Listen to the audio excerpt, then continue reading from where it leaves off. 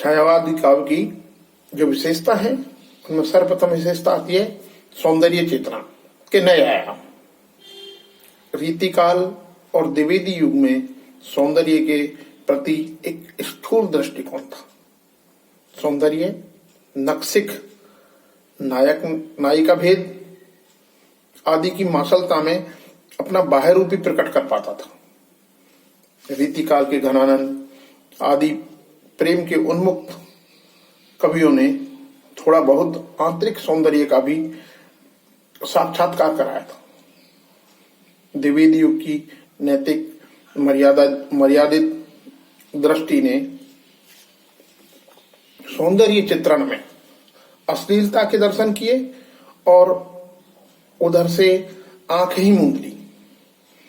वहां केवल वर्णन के लिए ही सौंदर्य रह गया था, अनुभूति से उनका कोई संबंध नहीं रहा। छायावादी काव्य में अमूर्त अशरीरी सौंदर्य की शाश्वत नवीनता को अनेक स्तरों पर प्रकट किया गया है। इसी प्रकार शिशुओं की सरलता और भोलापन तथा पुरुष की विभिन्न स्थितियों के मनोरम सौंदर्य की व्यंजना छायावादी कवियों ने की। निराला ने राम की शक्ति पूजा में राम के कर्मठ व्यक्तित्व और संघर्षशील शारीरिक मानसिक सौंदर्य की अभिव्यक्ति की है। प्रेम निरूपण, ये दूसरी महत्वपूर्ण विशेषता है छायावादी काव्य की।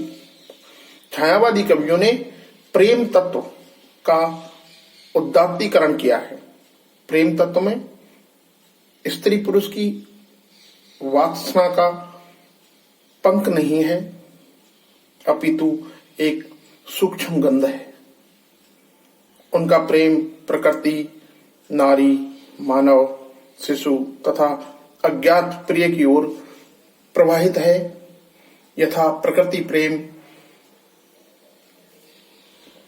छोड़ द्रुमों की मृदु छाया, तोड़ प्रकृति से भी माया, बाले तेरे बाल जाल में कैसे उलझा दूलोचन। इस प्रकार उन्होंने छोड़ द्रुमों की मृदु छाया, तोड़ प्रकृति से भी माया, बाले तेरे बाल जाल में कैसे उलझा दूलोचन, इस प्रकार उन्होंने प्रेम का निरूपण किया। और जो तीसरी विशेषता है उसकी, वह है मानवतावादी दृष्टिकोण। छायावादी कवियों की मानवीय संवेदना अत्यंत प्रखर है। उन्होंने मनुष्य को जाति, वर्णन, देश, धर्म की संकुचित परिधियों से निकालकर केवल मनुष्य के रूप में ही देखा। वे तो नारी को भी मध्यकालीन संस्कारों से निकालकर उसे मनुष्य तत्व से ही निमज्जित करते हैं। निराला से भिक्षुक और मजदूर स्त्री को सहज मानवीय संवेदनाओं से आपूरित कर दिया है। बादल राग में किसानों की पीड़ाएं कवि को व्यथित कर देती हैं और वो लिखते हैं, निराला जी ए विप्लव के वीर, तुझे बुलाता कृषक अधीर, चूस लिया उसका सार, हाड मात्र ही है आधा।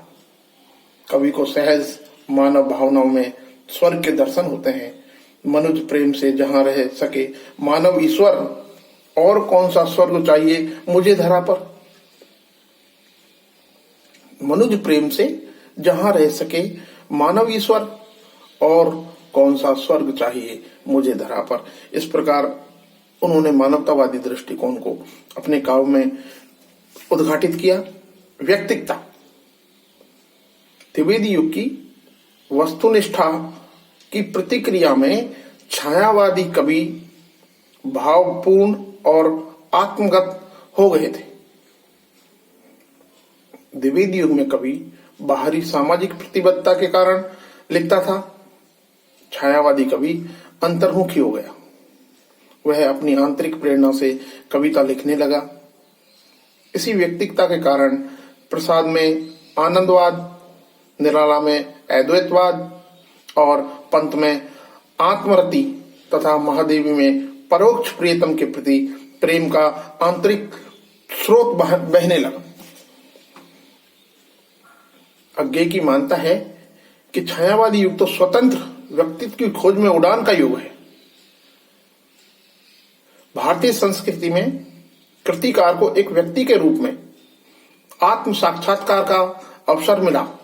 छायावादी काव्य का प्राण इसी विषय प्रधान की दृष्टि में ही है और व्यक्तिकता, आनंदवाद, अद्वैतवाद, आत्मरति, परोक्ष प्रियतम यानी छायावादी युग तो स्वतंत्र व्यक्तित्व की खोज में एक उड़ान का युग कहा गया।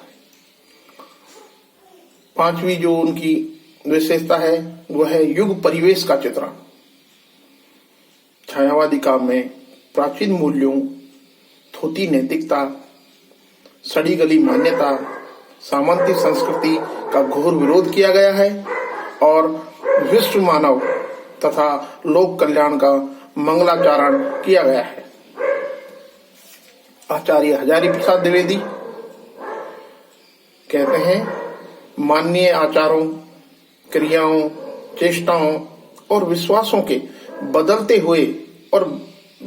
हुए मूल्यों को अंगीकार करने की प्रवृत्ति थी छायावाद। छायावादी कवि काव्य में प्रेम, श्रृंगार, करुणा, सौंदर्य, नारी, मनुष्य को नए दृष्टिकोण से देखा गया है। नारी मुक्ति और नारी स्वतंत्रता, समानता का उद्घोष इस काव्य में है। वो कहते हैं, योनि नहीं है रे नारी, वह भी मानवी प्रतिष्ठित। यानी नारी सिर्फ योनि नहीं है, वह मानव में एक प्रतिष्ठित है। रहस्यवाद का चित्रण, कई आलोचक छायावाद के मूल में रहस्यवाद को ही देखते हैं। महादेवी कहती है, विश्व के अथवा प्रकृति के सभी उपकरणों में चेतना का आरोप छायावाद की पहली सीढ़ी है, तो किसी असीम के प्रति अनुराग जनित आत्मविसर्जन का भाव अथवा रहस्यवाद छायावाद की दूसरी पीढ़ी है। स्वयं महादेवी जी और प्रसाद का काव्य छायावाद रहस्यवाद का उत्कृष्ट उदाहरण है। पंत के प्रकृति चित्रण में रहस्य भाव की प्रकट होता है। वेदनानुभूति, ये सातवीं विशेषता है छायावाद की। छायावादी काव्य में प्रणय अनुभूति से संबंध आशा, आकुलता, आवेश, पीड़ा, निराशा, तल्लीनता, अतृप्ति, स्मृति, विषाद आदि सामाजिक और मानसिक दशाओं का अभिनव और मार्मिक चित्रण किया है। छायावादी कवि की प्रणयानुभूति में, छायावादी कवियों की जो प्रणय अनुभूति थी उसमें वेदना की रागात्मकता इतनी गहरी होती है कि वह आंतरिक सत्य को कुरेदती है और इन कवियों से सहजी तादात्म्य स्थापित हो जाता है। यह वेदना कई रूपों में मिलती है, कहीं यह अनंत वेदना के रूप में, कहीं करुणा तथा कहीं निराशा के रूप में झलकती है। प्रसाद और महादेवी की वेदना का दर्शन ही सेवा तथा अध्यात्म से निर्मित है।